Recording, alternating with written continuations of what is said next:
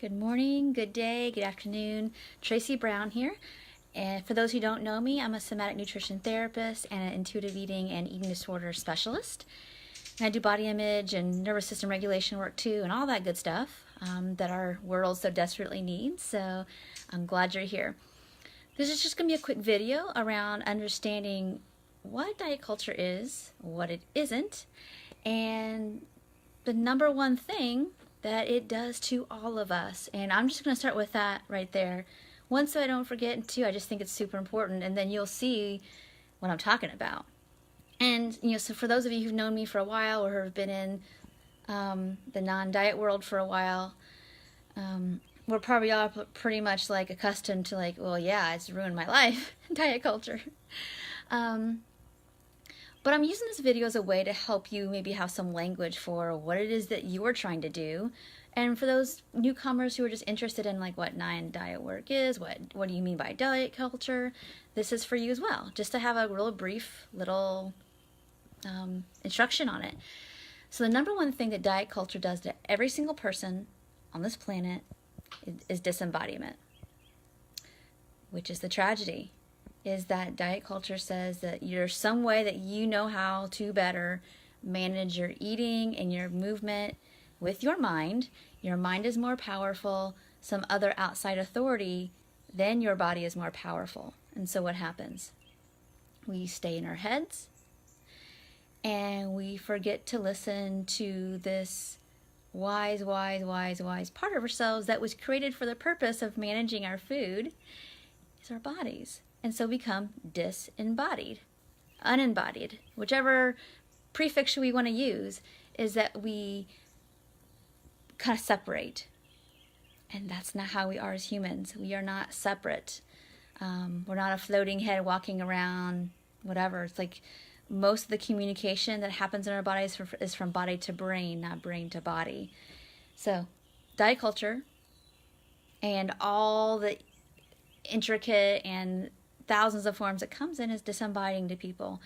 So that means that even if you don't consider yourself ever to have an eating disorder, to struggle with chronic dieting, all those kind of things, there's a level of it. Even if you go to the doctor and they say, hey, you need to do XYZ for your high blood pressure, you're going to probably have a moment of feeling like, okay, how am I going to control this with your mind? Versus, how would I know from my body's perspective about what needs to happen to maybe manage his blood pressure better? We don't even think that way. We have not been trained to think that way, and that's what diet culture does. It trains us to think more information and more control is what's going to fix something. When I think that information is good and medical nutrition therapy and integrative and functional nutrition is really cool, because I am a dietitian, I know above those two things and all that information and all that learning is our body's wisdom, and that needs to come first. And some people want to argue with that maybe there's a more 50-50 blend, and maybe there is for some people at certain situations and conditions, and that's what medicine is for. But diets aren't really meant to treat like serious medical nutrition concerns, and they shouldn't be used as such, and they really shouldn't be played around with. Like doing keto kind of diets, those are therapeutic things, and they do harm. They're not meant for like anybody to just, read about it on the internet and apply it to themselves. And, it's a therapeutic thing. It's not really meant to be this just chronic thing that we stick to try to lose weight. So anyway, diet culture is disembodying and it impacts everybody, even a person who doesn't think that they worry about food, and they probably may not. So just want to keep that in mind, that if you need to ever express to someone what you're trying to do, it's like, I'm just, wanting to listen to my body more and trust my body, and that's the way I want to eat, and kind of like have food be food. I mean, that's a perfectly good response, and you don't have to elaborate more than that. And people might say, oh, I can't ever do that because I'd have to count calories if I never wanted to be 1,000 pounds. And so that's diet culture. You're not going to be 1,000 pounds if you're listening to your body. That's just not going to happen. But it's people's fear. So moving on to the next part of this. And how do we know what diet culture is and isn't? So I think that anything that's disembodying is diet culture or some kind of influence of it. I think that anything you do that you feel like that you're gonna screw up and get it wrong and not get some kind of result is probably diet culture influenced. I think that if there's a comparison between like body types and sizes and shapes and the before and after is diet culture.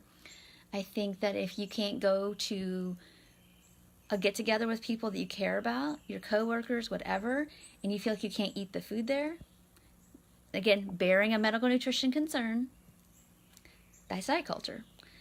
I think that if you need a tracker or a macro counter or any kind of thing that is trying to limit certain kinds of things, again, outside of medical nutrition therapy, is diet culture.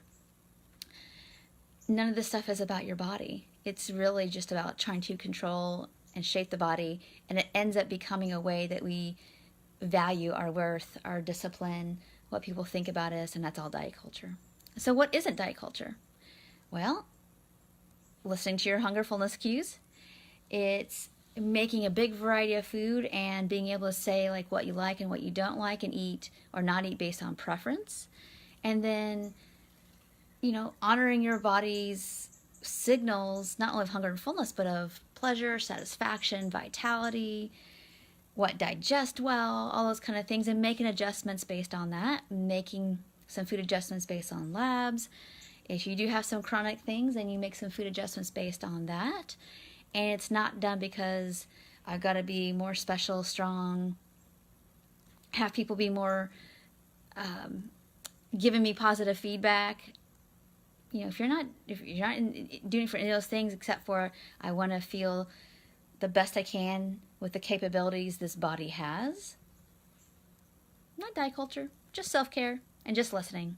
So anyway, I'm going to come back to my first point is that diet culture is this disembodying. It makes even the most not worried about food too much kind of person sometimes question themselves. And that's not always a bad thing, but it's more about if we were teaching in general, hey, listen to yourself and this body's wisdom, we'd all be less vulnerable to whatever thing the internet and the magazines and the whatever are offering as the next new hot miracle thing.